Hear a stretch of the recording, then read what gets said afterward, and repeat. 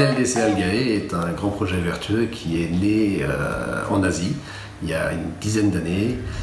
Et la demande originale, c'était de L'Oréal qui nous demandait de plancher sur la production d'huile pour remplacer l'huile de palme en fait. Et la candidate qu'on nous a proposée, c'était une microalgue, la Chlorella vulgaris, pour extraire cette huile et retirer donc cette huile de palme de la cosmétique d'une façon générale. Du coup, on a mis en place un projet, un process vertueux. Ce process, à partir d'une méthanisation, regroupe à peu près l'ensemble des procédés qui existent en production de biogaz, en production de lombriculture, en production de microalgues. Et tous ces différents étages ont été remis ensemble sur un seul site, comme ici.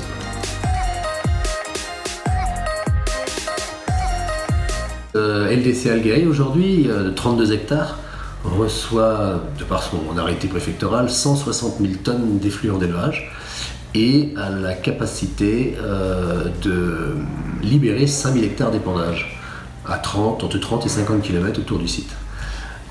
Mais le plus important, en fait, c'est que ce procédé permet de résorber cet effluent d'élevage à 100% et de valoriser uniquement des produits à haute valeur ajoutée sur les élevages, les cultivateurs, toujours en économie circulaire et à proximité également.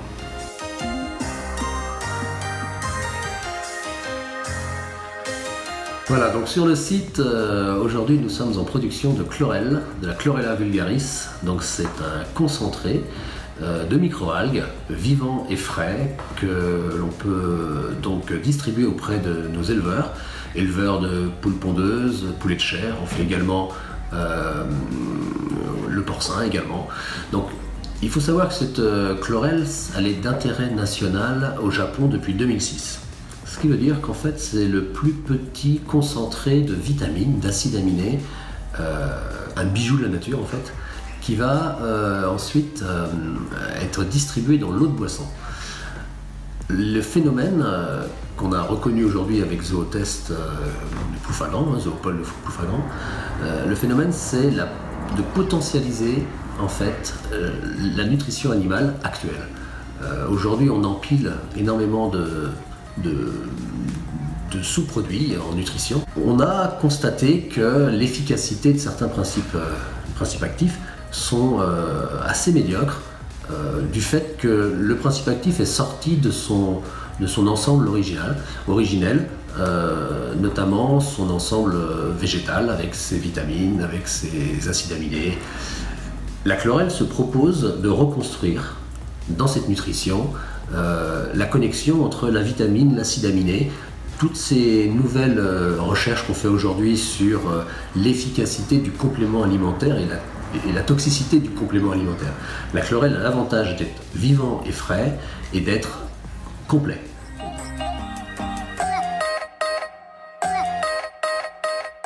En fait, tout tourne autour d'un moteur qu'on appelle la méthanisation. La méthanisation, spécialement d'effluents d'élevage, nous permet d'une façon très classique de produire du gaz.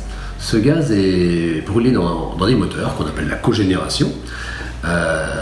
Et nous, pour pouvoir produire des microalgues, ou aussi bien faire de la lombriculture, en ce qui concerne la microalgue, nous avons besoin de chaleur pour chauffer nos serres en hiver, et nous avons besoin également de CO2, puisque notre microalgue est photosynthétique, elle a besoin de nutriments et de CO2. Donc ce procédé vertueux nous permet d'apporter ces deux choses très importantes qui est la chaleur et le CO2. Les nutriments sont apportés d'une façon classique, sourcés dans le commerce, des nutriments qu'on peut retrouver, qu'on utilise en production végétale. En ce qui concerne la lombriculture, c'est la phase solide du digestat qui est, après séparation de phase, donc ce digestat est donné à digérer une nouvelle fois au ver de terre. Et ce sont le tube digestif du ver de terre qui va ensemencer de bactéries, ce qu'on appelle des bactéries bénéfiques du sol. Nous allons ensuite proposer pour les grandes cultures, nous avons le maïs, le blé, mais également en solution végétale pour les légumineuses, hein, ces bactéries bénéfiques du sol qu'on va pouvoir implanter au moment du semis. La graine se retrouve dans un milieu exactement comme si la terre avait toujours été bien entretenue avec plein de vers de terre, alors qu'en fait c'est à l'endroit où on met la graine qu'il y a ces bactéries bénéfiques.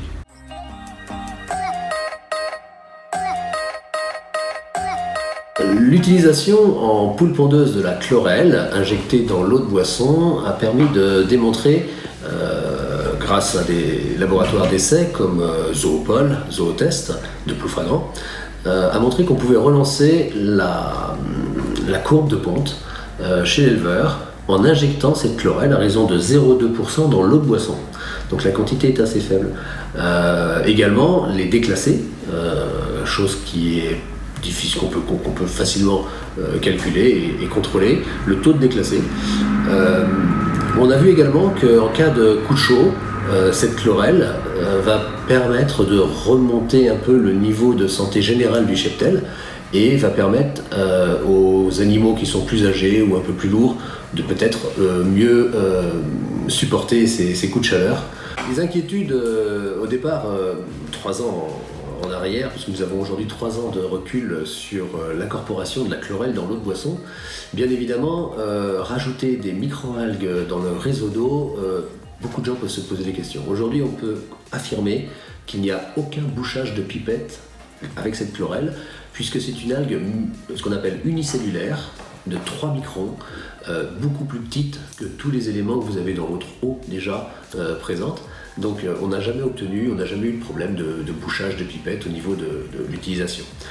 Les traitements de l'eau sont importants. Les gens qui sont en peroxyde ont peut-être un avantage en utilisant la chlorelle, c'est ce qu'on est en train d'observer actuellement. Mais si on reste à des doses simples de chlore, la chlorelle est tout à fait applicable dans les réseaux, il n'y a pas de souci.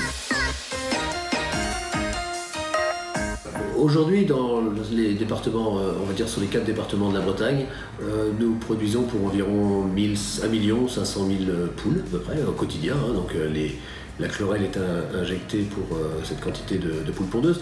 Nous avons encore pas mal de possibilités de livrer des éleveurs. De toute façon, les chiffres le montrent.